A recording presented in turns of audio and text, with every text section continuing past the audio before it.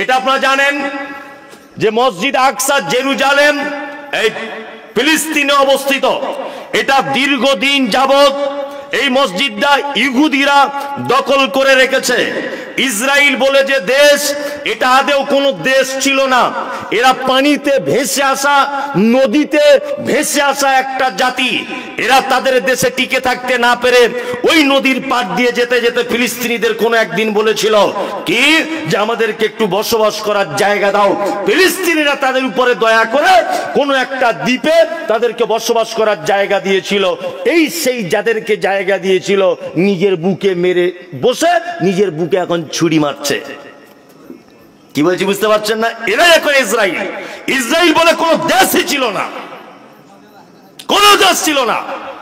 পৃথিবীর একটি মাত্র দেশ টোটাল ইসরায়েল। বসবাস করে কতটা? দেশে টোটালে জনসংখ্যা 80 লক্ষ, 1 কোটিও নয়। টোটাল ইসরায়েলে 80 লক্ষ। এই সেই ইহুদি। আল্লাহ সুবহানাহু ওয়া তাআলা প্রতিটা নবী এবং রাসূলকে, বেশিরভাগ, প্রতিটা বলা ভুল হলো, বেশিরভাগ নবী এবং রাসূলকে ইহুদিদের কাছে পাঠিয়েছিলেন। আর এরা এত বদমায়েশ, ইসলামের ইতিহাসে কথার সাক্ষ্য যে এক একজন ইহুদি, এক একজন 40 জন, এক এক দিনে 40 জন পর্যন্ত নবীদেরকে তারা গাছে বেঁধে সিরিয়াল বা সিরিয়াল তারা জবাই করে দিয়েছে। এরা হচ্ছে সেই ইহুদি। এত খতরনাক। আজকে আপনারা জানেন যে সেই ইহুদিরা চরম পর্যায়ে পৌঁছিয়ে ফিলিস্তিনের মুসলমানগুলোকে মারা হচ্ছে। একটা বাচ্চা মেয়েকে জিজ্ঞাসা করা হচ্ছে, মা তুমি নামাজ পড়ো? বলছে আমি দিনে 6 ওয়াক্ত নামাজ পড়ি, জোহরে পড়ি, আসরে পড়ি, ফজরে পড়ি, মাগরিব পড়ি, ঈশা পড়ি, আর প্রত্যেক ওয়াক্তে জানাজা পড়ি। আল্লাহু আকবার। ফিলিস্তিনের বাচ্চা ছেলেদেরকে গুলি করে দেওয়া হচ্ছে, মেয়েগুলোকে মেরে দেওয়া হচ্ছে। কি অবস্থা! আমি মুমতাজুল ইসলাম, আমি একজন হিন্দু দেশের নাগরিক। এইখান থেকে আমার কোন রকমের সহযোগিতা করার কোনো পথ নেই। সব থেকে ইতিহাসে এইটা আমার খারাপ লাগছে, সারা ভারতবর্ষে 1947 সাল থেকে নিয়ে 2023 সাল পর্যন্ত সারা ভারতবর্ষ যত গুণীজনদের আবির্ভাব ঘটেছে, প্রত্যেক গুণীজন মানবতার নিরিখে সর্বক্ষণ ফিলিস্তিনিদের পক্ষ নিয়েছে। শুধু বর্তমান সরকার ভারতবর্ষের, তিনি এখন ইসরায়েলের পক্ষ নিয়েছেন। এটা জাতির কাছে লজ্জা, এটা আমি মনে করি। বর্তমান যিনি আছেন ভারতবর্ষে, এই সরকার, তিনি শুধু ইহুদিদের সাপোর্ট করছেন। বড় অসহায় তারা। আমরা এখান থেকে সহযোগিতা করতে না পারলেও এই বলে দোয়া করতে পারি, হে কাবার মালিক, তুমি আব্রাহার চক্রান্তকে আবাবিল অর্থাৎ ঝাঁকে ঝাঁকে পাখি দিয়ে তুমি বরবাদ করেছিলে। তুমি ফেরাউন তার চক্রান্ত থেকে নবী মূসাকে বাঁচিয়েছিলে। আল্লাহ, তুমি নমরুদের চক্রান্ত, নমরুদের আগুন থেকে তুমি ইব্রাহিমকে বাঁচিয়েছিলে। ঠিক তুমি যেমন আব্রাহাকে যেমন চিহ্নিত করে তাদেরকে ধ্বংস করেছো। হে কাবার মালিক, তোমার কাছে অকুল আবেদন, যারা প্যালেস্তাইনের বা যারা মানে জেরুজালেমের মুসলমানদেরকে যারা অন্যায়ভাবে হত্যা করছে, আল্লাহ তুমি সেই সমস্ত ইহুদিদেরকে চিহ্নিত করে তাদেরকে তুমি পৃথিবীতে নিস্তেনাবুদ করে দাও। বলুন আমিন। জোরে বলুন আমিন।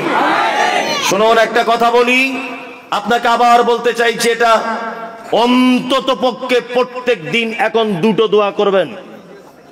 এই কথা সোশ্যাল মিডিয়াতে গেলে খারাপ হতে পারে, তারপরেও বলছি, এক, মসজিদে আকসার দুশ্মন, ইমানদারের দুশ্মন ইহুদিরা, আল্লাহ যেন তারা ধ্বংস হয়ে যায়, এই দোয়া করবেন। 2, আর একটা দোয়া করবেন, আমাদের পার্শ্ববর্তী দেশ, তার নাম হচ্ছে বাংলাদেশ। এই দেশের সরকার বর্তমান যিনি আছেন শেখ হাসিনা, মারাত্মক সরকার, এত বড় সরকার যে সহি হাদিস কোরআন বললেই তার থাকার জায়গা জেল। মিজানুর রহমান আজহারি দেশ থেকে তাড়িয়ে দেওয়া হলো। বাংলা এপার, বাংলার ওপার, বাংলার হাদিস এবং কোরআনের ভাগ গর্জে ওঠে শিরক এবং বিদআতের বিরুদ্ধে। নাম হলো তার আব্দুর রাজ্জাক বিন ইউসুফ। 500 কোটি টাকার মামলা দেওয়া হয়েছে। এটা আপনি জানেন যে বাংলাদেশের একজন মুফাসসিরে কোরআন আল্লামা দেলওয়ার হোসেন সাইদি 11 থেকে 12 বছর 13 বছর জেল খাটার পরে লোকটাকে পৃথিবী থেকে চলে যেতে হলো, আর মানুষের সামনে কোরআনের তাফসীরের জন্য কোনোদিন ফেরত আসতে পারলেন না। আমির হামজা মনোমুগ্ধকর ভাবে তিনি তাফসীর করতেন, একজন কোরআনের হাফেজ, একজন মুফতি সাহেব মানুষ। আল্লাহু আকবার। লোকটা দীর্ঘদিন জেলখানাতে বন্দী হয়ে রয়েছে, অসংখ্য আলেম ওলামাদেরকে জেলখানাতে বন্দী করে রাখা হয়েছে। আগামী 1 থেকে 1.5 মাসের ভিতরে বাংলাদেশের নির্বাচন। আপনি অন্ততপক্ষে মুসলিম যদি হন, আলেম ওলামাদের যদি আপনি বন্ধু হন, আপনি যদি কোরআনের পক্ষে যদি হন, এই দোয়া করবেন যে আল্লাহ যেন হাসিনার নৌকা এবারই ডুবিয়ে দেয়। এই দোয়া করবেন এইবারই যেন তার নৌকা ডুবে যায়। একটা মুসলিম দেশ, একটা মুসলিম কান্ট্রিতে হক কথা বলা যায় না। ওর থেকে আমি মুমতাজুল ইসলামী হিন্দু কান্ট্রিতে বসবাস করার পরেও হক কথা, সহি হাদিসের কথা দেশের মাটিতে বলতে পারি। এই দেশের মাটিতে আমি যে কথা বলতে পারি সেই কথা বাংলাদেশের কোনো বক্তা বলতে পারবে না। মানে আমাদের দেশের হিন্দু রাষ্ট্রের থেকেও মুসলিম রাষ্ট্র হিসেবে সরকার একেবারে নিকৃষ্টতম। নামে মুসলিম, নামে শুধু মুসলিম। দোয়া করবেন এদের জন্য, আল্লাহ যেন ওদেরকে হেদায়েত দান করে, আর না হলে নৌকা ডুবিয়ে দেয়। নৌকা ডুবে যাক, এটাই আমরা চাই। কি বললাম বুঝলেন না? তারা আলেম ওলামারা একদম খোলা পরিবেশে তারা বক্তব্য রাখতে পারবে, তাই তো? দোয়া করবেন। রাত্রি 12:30 বাজে, টাকা বেশি আছে নিয়ে শুধু ওমরা হজ করতে যাচ্ছে, বলছে শুধু ওমরা হজ, বলছে আমি 2 নম্বর হাজি, আমি 3 নম্বর হাজি। মানে 3 নম্বর বলে ডুপ্লিকেট নয়, 3 বারের হাজি। বুঝতে পারছেন না? আর বাড়িতে এসে সুবহানাল্লাহ তসবি বড় বড় সস্তার পেয়েছিল, মক্কাতে ফুটপাতে বিক্রি হয়, বড় বড় তসবি কিনে এনে বাড়িতে তসবি করছে। সুবহানাল্লাহ সুবহানাল্লাহ সুবহানাল্লাহ। আর বড় পাঞ্জাবি নিয়ে এসেছে, আর সে বড় সে ওড়না যেগুলো লাগায় ওই রকম করে একদম সে যেন নতুন বিয়ে করতে এসেছে এরকম করে চলছে। এত মানে ভদ্রলোক, খোঁজ নিয়ে দেখুন ওর মা পালি সিস্টেমে ভাত খায়। ওর বাড়ি 15 দিন, ওর বড় ভাইয়ের বাড়ি 15 দিন। জান্নাতে যাওয়া খুব কঠিন, খুব কঠিন। মা পালি সিস্টেমে ভাত খায়, ইমাম সাহেব মুয়াজ্জিন মৌলবীদের মতো। আর ও শুনছি প্রত্যেক বছর উমরা করতে যাচ্ছে। আল্লাহু আকবার। পালি সিস্টেমে খাবে কেন? মা গোসল করে বসে থাকবে, আব্বার মা দুজনা। আব্বা জোহরের নামাজ পড়ে বাড়িতে বারান্দায় বসে থাকবে, একটা বৌমা ভাত দিয়ে যাবে, 3টে বৌমা 3 রকম ভালো তরকারি দিয়ে যাবে, শ্বশুর আর শাশুড়ি বসে বসে দুজনা খাবে। এর নাম হচ্ছে পিতামাতার যত্ন। কি বললাম বুঝলেন না? পিতামাতার অবহেলার আর একটা কারণ, আমরা বাড়ির গিন্নিদের অর্থাৎ বৌমাদের নির্বাচন করতে পারি নেই, একদম নয়। মুহাম্মদ সাল্লাল্লাহু আলাইহি ওয়াসাল্লাম তিনি বলেছেন, কি বলেছেন? তিনি বলতে চেয়েছেন একটা নারীকে বিবাহ করে 4টে জিনিস দেখে। কটা? 4টা। 1, সে কতটা সুন্দরী এটা তুমি দেখো। 2, তার অর্থ আছে কিনা দেখো। 3, তার বংশ ভালো কিনা দেখো। 4, তার ভিতরে ইসলাম আছে কিনা দেখো। এই 4টে গুণ দেখে একটা নারীকে বিবাহের জন্য প্রস্তুতি নাও। নবীজি একথা বলছেন, ফাযফার বিযাতিদ দ্বীন। তবে শোনো, যদি তার রূপ না থাকে ক্ষতি নেই, যদি তার টাকা না থাকে ক্ষতি নেই, যদি তার বংশ ভালো না হয় ক্ষতি নেই, তবে যদি মেয়েটার দিনদারিতা থাকে তাহলে বিবাহের জন্য প্রস্তুতি গ্রহণ করো। এই নারীকে যদি বিবাহ না করো, সমাজে কি হবে? বিশৃঙ্খলা সৃষ্টি হবে, সমাজ অধঃপতনে চলে যাবে। আমরা এই হাদিস মানতে পেরেছি। বেটার বহুমা দেখতে গেছে, গিয়ে জিজ্ঞাসা করছে, মা তোমার নাম কি? বলছে আমার নাম শেফালি। শেফালি? বলছে হ্যাঁ। আব্বার নাম? বলছে আব্বার নাম গোলাম রসুল। নানির বাড়ি কোথায়? মির্জাপুর দক্ষিণ পাড়ায়। আচ্ছা আচ্ছা, তাই? হ্যাঁ। আচ্ছা তোমার ভাই কটা? তুমি যে আমাদের ভাই নাই, বোন? বলছে আমি একাই। বুড়োর তখন মাথায় ধরে গেছে একটা পয়েন্ট, একাই। বুঝতে পারছেন না? আবার জিজ্ঞেস করছে তোমার আব্বা কি করে? বলছে আমার আব্বার ওই বেলডাঙ্গা মেন রোডের ধারে 5টা দোকান আছে। এ তো আরো মাথা খারাপ। আর কি করে? আর 3টে বাস আছে, বহরমপুর থেকে আরাধনা বাস 3টে, বহরমপুর থেকে কলকাতায় চলে। বলছে তাই? বলছে হ্যাঁ। তখন বলছে মা তুমি কতটা পড়াশুনো জানো? বলছে উচ্চ মাধ্যমিক পড়ে বসে আছি, আর স্কুলে যাই না। বলছে তাই? বলছে হ্যাঁ। বলছে তাহলে বসেই আছো? বলছে না বসে ঠিক থাকি না, মাঝে সাঝে টিকটকে ভিডিও করি। বুড়ো তখন বলছে টিকটক মানে? বলছে ওই ড্যান্স করে টিকটকে মোবাইলে দেখেন না? বলছে উরি বাবা, মনে মনে ভাবছে ওরা নায়িকাও বটে। হ্যাঁ, সাংঘাতিক ব্যাপার। বাড়ি যখন বুড়িটা জিজ্ঞেস করছে, হাগো কেমন দেখলে, তো বলছে অপরূপ সুন্দরী। সাংঘাতিক ব্যাপার। আমাদের ফটিকের সঙ্গে যা মানাবে না, মানাবে নয়, ঘোড়ার ডিম দেখতে খারাপ। এই যে 5টা দোকান রাস্তার ধারে, কেউ বুঝতে পারছেন না। ও ভাবছে তোমার বাপের বয়স কত, বলছে প্রায় 65-র কাছাকাছি। ও হিসাব করে নিয়েছে আর খুব জোর হলে 5 বছর বাঁচবে। হিসাব করে নিয়েছে 5 বছর বাঁচবে আর সব দোকান আমার বেটা পেয়ে যাবে। কি বুঝতে পারছেন না, বেটা পেয়ে যাবে সব দোকান। ওইটাকে বৌমা করে নিয়ে এসে চলে এসেছে, নামাজ নাই, রোজা নাই, ভুরু ফিলাপ করা আছে, হাতে নখ পালিশ, এখানে ঠোঁট পালিশ, এখানে পরচুলা, আর সে টাইট ফিটিং জামা। বৌমাকে ধরে নিয়ে চলে এসেছে। বুড়ো বয়সে তুমি রসগোল্লা খাবে, তোমার ঝাঁটার বাড়ি চালাবে, চালাবে না। বৌমা নির্বাচন করুন, আগে বৌমা নির্বাচন করুন। পিতা মাতার সেবা যত্ন পাচ্ছে না, তার আরো একটা কারণ যে আমরা বেটাদের বৌমা নির্বাচন করতে পারিনি। একটা মেয়ে দেখতে হয়তো একটু খারাপ, কিন্তু মেয়েটা কোরআনের হাফেজা, মাদ্রাসায় পড়া আলেমা, পছন্দ হচ্ছে না গরিবের বেটি। তাই কি বলছি বুঝতে পারছেন না। আর এখন তো বিয়ে তো বাবা সাংঘাতিক ব্যাপার হয়ে গেছে। এখন বিয়ের থেকে ব্যভিচার বেশি। ব্যভিচার বেশি নয়, কথা বলুন। কারণ কি? কারণ হচ্ছে আমরা সহজ বিবাহের পদ্ধতিটা কঠিন করে দিয়েছি। বিবাহের পদ্ধতি ইসলামে কি সহজ, অথচ সেটা আমরা বিপরীত করে দিয়েছি। ছেলের বাপের খরচা হবে, অলিমা করবে, তারপরে সে মোহর দিবে, ছেলের বাপের খরচা হবে, মেয়ের বাপের 1 টাকা খরচা হবে, ইসলামে কোনো বলা নেই তো। অথচ বিপরীত, মেয়ে হয়েছে মানে ও যেন বড় বিপদে আছে। হচ্ছে কি হচ্ছে না? আপনাদের এখানে হয়তো এসব বিয়েতে টাকা পয়সা সিস্টেম নেই, আমাদের ওদিকে আছে। আপনাদের দিকে আছে? আপনাদের দিকে হয়? ওরে বাবা, আরো খারাপ। ভাবছিলাম হয়তো বেনাতো হাতে খুব ভালো, খুব ভালো শুনেছিলাম। তবে যেমন ভালো তেমন রিপোর্ট অনেক খারাপও পেলাম। খুব খারাপ রিপোর্টও অনেকজন আমাকে দিয়েছে যে এলাকাতে টাকার ব্যবসা করে মানুষ, সব অনেক মানুষ আছে।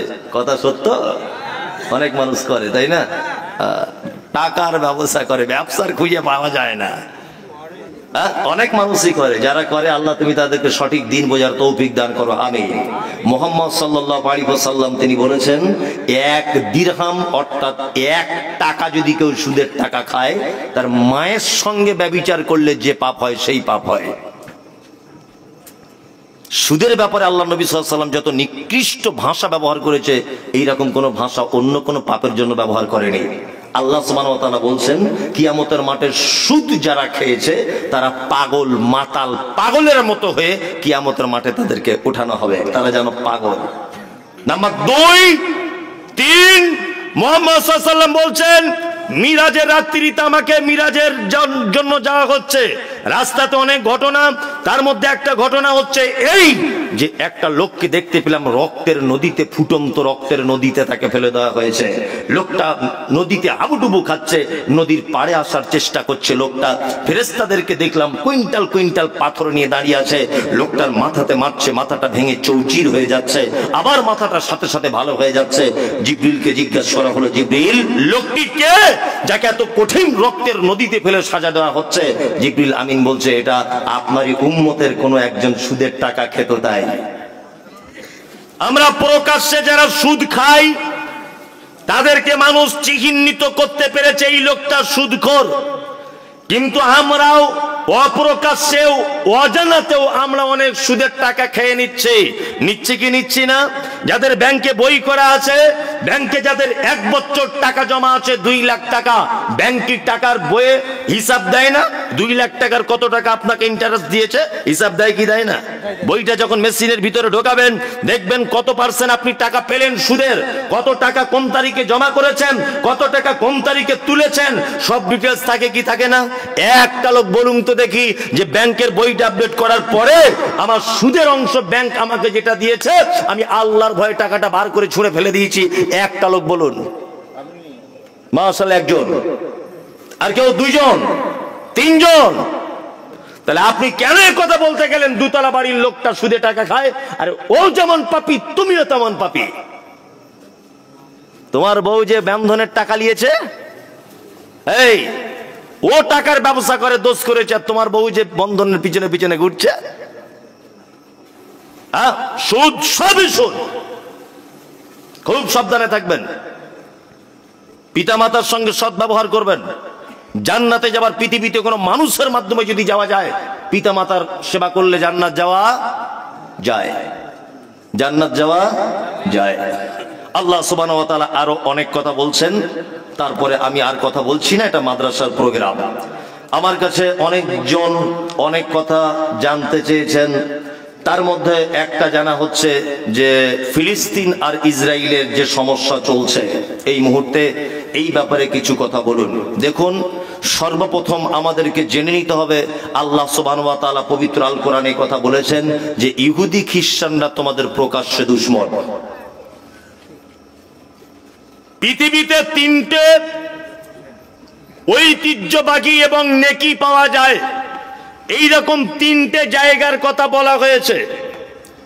এক, বাইতুল্লাহ, এখানে আপনি নেকির উদ্দেশ্যে যেতে পারেন। দুই, যে মসজিদকে আল্লাহ নবী সাল্লাল্লাহু আলাইহি ওয়াসাল্লাম বলেছেন এটা আমার মসজিদ, অর্থাৎ মসজিদে নববী, এই মসজিদে নেকির উদ্দেশ্যে যেতে পারেন। আর তিন, আরেকটা নাম হচ্ছে মসজিদে আকসা, যেটা বর্তমানে ফিলিস্তিনে অবস্থিত। আল্লাহ সুবহানাহু ওয়া তাআলা এই মসজিদের কথা বলতে গিয়ে পবিত্র আল কোরআনের ভিতরে বলছেন, সুবহানাল্লাযী আসরা বিআবদিহি লাইলাম মিনাল মাসজিদিল হারাম ইলাল মাসজিদিল আকসা। আল্লাহ সুবহানাহু ওয়া তাআলা আমাকে কোন এক রজনীতে, কোন এক রাত্রিতে আমাকে মসজিদে হারাম থেকে নিয়ে মসজিদ আকসা পর্যন্ত ভ্রমণ করিয়েছিলেন। এই কথা পবিত্র আল কোরআনে আল্লাহ সুবহানাহু ওয়া তাআলা বলছেন। আরেকজন ভাই বলতে চেয়েছেন আমাদের বেনাদা মাঠে আইল নিয়ে কাটাকাটি হয়, আপনি কিছু কথা বলেন, অনুরোধ রইল। আইল মানে বুঝলাম না আমি, জমি যেটা ডিভাইডেড, মাঝখানে যেটা এ থাকে পার্টিশন। আচ্ছা আচ্ছা আচ্ছা আচ্ছা, মানে এরকম লোক আছে। আল্লাহু আকবার। ওই লোকটা আবার মসজিদে এসে নামাজে কাতারে দাঁড়িয়ে বলছে সবাই কাতার সোজা করে নেন, কাতার বেঁকে গেলে নামাজ হবে না। যে লোকটা জমির আইল কেটে বেঁকিয়ে দিয়ে এসেছে, ও এসে বলছে কাতার সোজা করে নেন, নামাজ হবে না। এরকম লোক আছে না নেই? আছে। এটা একটি মারাত্মক অপরাধ। সর্বপ্রথম একটা জিনিস শুনে রেখে দেন, সেটা হচ্ছে এই, আমাদের নবী মুহাম্মদ সাল্লাল্লাহু আলাইহি ওয়াসাল্লাম তিনি বলেছেন, মান কানা ইউমিনু বিল্লাহি ওয়াল ইয়াউমিল আখির ফালিউজি জারাহু। ওই লোক আল্লাহকে বিশ্বাস করে না, ও লোক কিয়ামতকে বিশ্বাস করে না, যে লোক তার প্রতিবেশী, তার মেহমানের সঙ্গে অসৎ ব্যবহার করে। দুই, নবীজি কথা বলতে গিয়ে আবার বলেছেন যে ওই লোক আল্লাহকে বিশ্বাস করে না, কিয়ামতকে বিশ্বাস করে না, যে লোক তার প্রতিবেশীর সঙ্গে অসৎ ব্যবহার করে। আইল কাটছেন মানে আপনি নিশ্চয় আপনার প্রতিবেশীর জমি তার পাশেই, তাই না? দুই প্রতিবেশীর জমি, এটা একেবারেই হারাম, চলবে না। আমাদের নবী মুহাম্মদ সাল্লাল্লাহু আলাইহি ওয়াসাল্লাম বলেছেন, কোন মানুষ যদি কোনো মানুষের অন্যায় ভাগে এক বিঘা জমি যদি দখল করে, কোনো ছল চাতুরি চালাকি করে যদি জমি দখল করে বা জমি বাড়িয়ে নেয়, তাহলে 7 তবক জমিন কিয়ামতের মাঠে তার ঘাড়ের উপরে চাপিয়ে দেওয়া হবে। খুব বড় বিপদ। কি বললাম বুঝলেন না? মানে যত ধান আলি কাটলে ওই জায়গাটায় বেশি হয়। সারা জমি পড়ে আছে, কোথাও ফসল ভালো হয় না, তোমার আলি কাটার ঢং এলো কেন? কিছু লোক এরকম আছে না, এমন আইল করে রেখেছে যে মানে মানুষ একটা পায়ে হেঁটে যাবে এরকম কোনো পরিস্থিতি নেই, তাই না? আল্লাহু আকবার। এটা হারাম, চলবে না। আপনি এমনি ধান লাগাচ্ছেন, কোন সবজি, আইলটা একটু পরিষ্কার করুন, সেটা আলাদা ব্যাপার, ঘাস টাস গুলো পরিষ্কার করুন, আলাদা ব্যাপার। আপনি কাটতে যাবেন কেন? হ্যাঁ, আর এই নিয়ত কেন আপনার যে আমার জমি বেড়ে যাবে? দুনিয়াতে পারলেও আখিরাতে আপনার বরবাদ হয়ে যাচ্ছে। একটা মানুষ কত বছর বাঁচে বলুন তো? হ্যাঁ, 60 বছর। বোকা কথা, 60 বছর। 60 বছরের মধ্যে 30 বছর ঘুমায়, ঘুমায় না? ঘুমায়। বেঁচে থাকলো তাহলে কত বছর? 30 বছর। 30 বছরের মধ্যে বাচ্চা কাল 10 বছর পর্যন্ত মাইনাস করে দাও। ওর কোনো বুদ্ধি শুদ্ধি কিছু হয়নি, 10 বছর পর্যন্ত ন্যাংটে খেলেছে পাড়াতে, থাকলো কত? 20। এইদিকে আবার তুমি 5 বছর মাইনাস করো, মাথায় কাজ করবে না, বুড়ো হয়ে যাবে, মুখে দিয়ে লালা পড়বে, থাকলো কত বছর? 15 বছর। 15 বছরের মধ্যে পায়খানা আছে, গোসলখানা আছে, যে বাজার করতে যাওয়া আছে, এটা ওটা আরো অনেক কিছু আছে, আরো 5-7 বছর মাইনাস করে দাও, থাকলো 10 বছর নিট বেঁচে থাকে। এই 10 বছরের জীবনের জন্য তুমি বেটার জন্য জমি বাড়াইতে যাচ্ছ? হ্যাঁ, অনেক মানুষ আছে না, বলছে বেটাগুলোকে একটু নিজের পায়ে দাঁড় করিয়ে দিই, তোমার বাপ তোমাকে দাঁড় করিয়ে দিয়ে কবরে শুয়ে আছে, সপ্তাহে একদিনও তোমার বাপের কবরের পাশে গিয়ে হাত তুলে দোয়া করেছো? একবারও যায় না বছরে। ঈদ কুরবানি, কুরবানির দিনে, তাও আবার কুরবানির দিনে দোয়া করতেই হবে এই মনে করে গেলে বেদাত হয়ে যাবে। এটাও যেন মাথায় থাকে। কুরবানির দিন আর ঈদের দিনে আমার আব্বার কবর জিয়ারত করতেই হবে, এটা মনে করে গেলে আবার বেদাত হবে। বেদাত মারাত্মক ভয়ঙ্কর পাপ, গুড়ের থেকে মিষ্টি কিন্তু ফলাফল খুব তিতো। বেদাত গুড়ের থেকে মিষ্টি, ফলাফল খুব তিতো। নবীজি বলেছেন কুল্লু বিদআতিন যালালা কুল্লু যালালাতিন ফিন্নার। প্রত্যেক নতুন কাজ ভ্রষ্টতা, প্রত্যেক ভ্রষ্টকারী স্থান কি মধ্যে, নার মানে আগুন। খুব সাবধান, জমির আলটাল কাটিয়েন না, একেবারেই কাটিয়েন না। যারা কাটছেন ভাই, আপনি দয়া করে এগুলো বন্ধ করার চেষ্টা করুন, দয়া করে বন্ধ করার চেষ্টা করুন। যাই হোক, এটা মাদ্রাসার জলসা। আমি অনেক জায়গাতে এসেছি মাদ্রাসায়, আমার অনেক জায়গাতে অনেক অভিযোগ থাকে, অভিমান থাকে। হাদিস এসেছে কি আত্তাহুর শাতরুল ঈমান, শাইখ বসে আছেন জানেন, নবীজি বলছেন পরিষ্কার পরিচ্ছন্নতা ঈমানের অঙ্গ, তাই তো? পশ্চিম বাংলার যত মাদ্রাসায় জলসা করতে গেছি, কোনো মাদ্রাসায় দেখলাম না যে বাথরুম বা মাদ্রাসার রুমগুলো একটু পরিষ্কার পরিচ্ছন্ন, ঢোকাই যায় না, এত গন্ধ আর এত নোংরা। যেখানে শিক্ষা দেওয়া হচ্ছে পরিষ্কার পরিচ্ছন্নতা ঈমানের অঙ্গ, সেইখানেই অবস্থা। কিন্তু বেনাদহ শিশু মাদ্রাসা এক ব্যতিক্রমী মাদ্রাসা, এখানকার বাথরুমগুলো দেখছি চকচক চকচক করছে, সত্যি বলছি, ভালো লাগছে খুব। রুমগুলো কত পরিষ্কার পরিচ্ছন্ন স্বচ্ছ। আসলে কমিটি খুব স্ট্রং। কমিটির কাছে বিনীত অনুরোধ, যে কাজ সবাই করতে পারে সে কাজ যদি আপনি করেন আনন্দ পাবেন না, যে কাজ কেউ করতে পারে না সেই কাজ আপনাকে করতে হবে, তাহলে আপনি আনন্দ পাবেন। সবাই সারা পশ্চিমবাংলা গতানুগতিক মাদ্রাসা চালাচ্ছে, আপনিও যদি সেইভাবে চালান জাতির সামনে আপনি কোনো কিছুই পাবেন না, ব্যতিক্রম ভাবে আপনাকে চালাতে হবে। পরিষ্কার পরিচ্ছন্নতা টিপটপ, শিক্ষক ছাত্রদের ভ্রাতৃত্ব, এক অপরের সম্পর্ক ভালো, লাইট পাখা সবকিছু যেন উন্নত মানের হয়। আল্লাহ তো আপনাদের এলাকার মানুষ অর্থ দিয়েছে, পড়াশুনো সবকিছু যেন উন্নত মানের হয়। দান, যারা যারা দান করেছে এবার তাদের লিস্টগুলো একটা একটা করে বলি, তবে আমি শুরু করে দোয়া করব না।